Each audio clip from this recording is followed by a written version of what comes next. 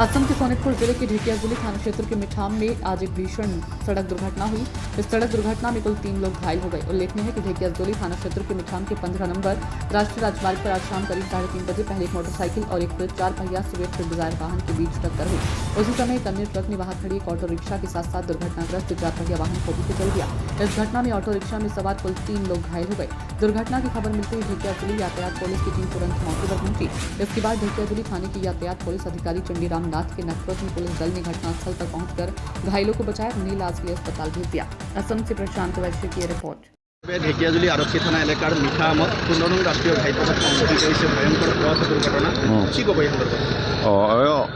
10 minute আগত এখন ট্ৰাকে এখন অটো আৰু এখন সৰু চাৰিচকীয়া বাহনক ইয়াতে খুন্দিয়াই তাৰপিছত অটোত অহা মানুহ 3জন জখমপ্ৰাপ্ত হৈছে। বেছি নহয়, সামান্য জখমপ্ৰাপ্ত হৈছে আৰু আমি তেওঁলোকক চিকিৎসাৰ বাবে ঢেকিয়াজুলি চিকিৎসালয়লৈ প্ৰেৰণ কৰিছোঁ আৰু ট্ৰাকখন, অটোখন আৰু সৰু গাড়ীখন আমি জব্দ কৰিছোঁ।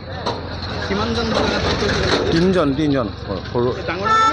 সৰু জখম হৈছে, বেছি জখম হোৱা নাই, সামান্য জখম হৈছে। গাড়ীৰ স্পীডটো কম থকা বুলি কৈছে ট্ৰাকখনৰ, গতিকে দুৰ্ঘটনাটো বেছি হ'লহেঁতেন যদি স্পীড বেছিকৈ থাকিলেহেঁতেন। স্পীড কম। মটৰচাইকেল আমি পোৱা নাই, এখন অটো পাইছোঁ আৰু 4 চকীয়া সৰু গাড়ী এখন আৰু ট্ৰাকখন, 3খন গাড়ী পাইছোঁ আমি।